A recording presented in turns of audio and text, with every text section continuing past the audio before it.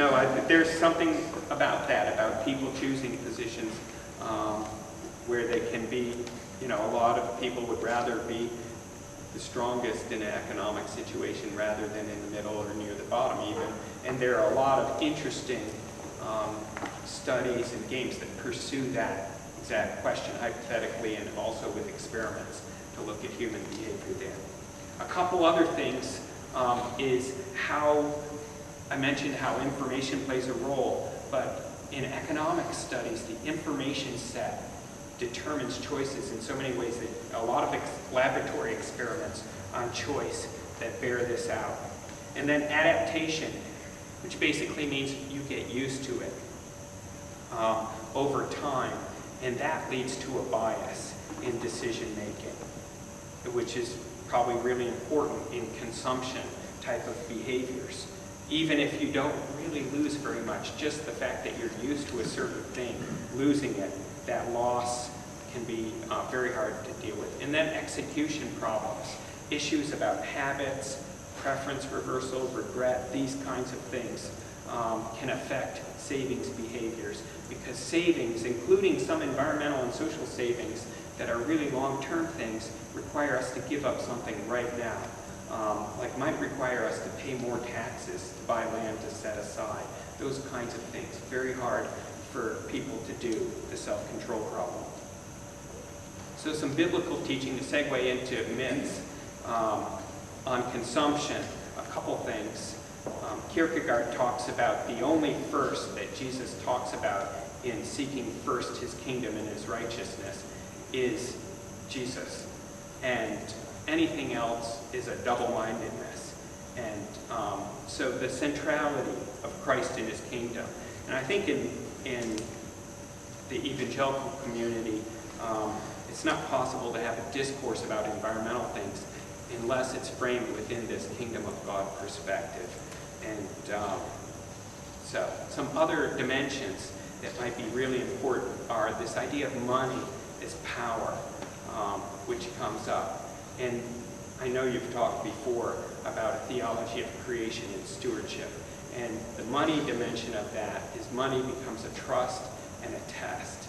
And a few other biblical themes, the theme around justice and fairness, how our consumption can negatively affect other people, both through externalities, but also through the lost opportunity to share, and a theology of Christian community, compassion, and love. I'll wrap up here. A couple barriers and myths. And this is from my own experience of being on a board and having discussions in churches.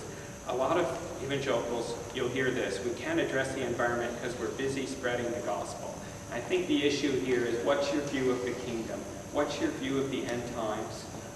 What really is your view of now and the future kingdom? And Schaeffer talks about it. There's a couple passages I mentioned, Romans 8, but Ephesians 1:10, where it talks about Christ reconciling all things and building a theology of creativeness through that. Another one is, we can't focus on the environment. I've just seen a quote in the national press of a pastor, quite well known, who said this. We can't address the environment because we're busy helping others. And you saw the preferences and the attitudes that I listed.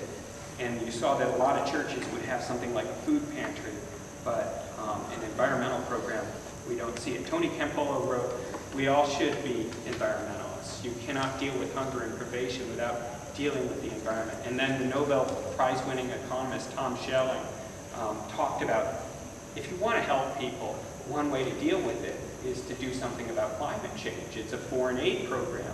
If we change our emissions, poorer countries, which are going to have more people in the future, you will be benefiting them by combating global warming here at home. So helping people understand that interconnectedness and some of the science that shows the interrelationship can help them see how the environment isn't exclusive of helping people. In fact, they're interconnected. Some other myths and barriers I see. We can't address the environment because a lot of environmentalists are implicit pantheists. And you will, have you observed this? I've observed this. and maybe some others have seen this, where we throw out something good because we happen to disagree with somebody's worldview. Well, we don't do that in a lot of other political domains, and there's no logic here. This is about uncomfortableness, and there's no kingdom thinking in that thought. So we need to address that straight on. Secondly, another one is it costs too much. And I think this gets back to the money and are we going to give in to greed and haste, which are sins, or are we going to rightly steward?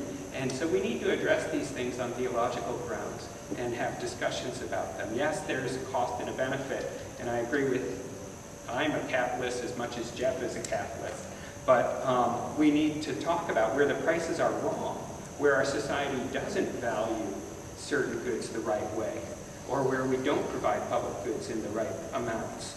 We need to address that.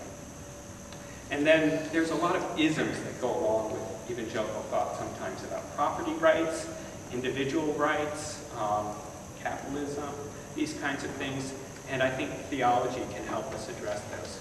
So to wrap up, I've talked about how evangelical Christians on average have a low view of the importance of environmental concerns. I think that's true. Though lamentable, and we need to work on this. There's an important link between our consumption patterns, our wealth levels, and the environment. And I think one thing that a lot of environmentalists, we need to work with each other to really emphasize simplicity, some of these kind of values.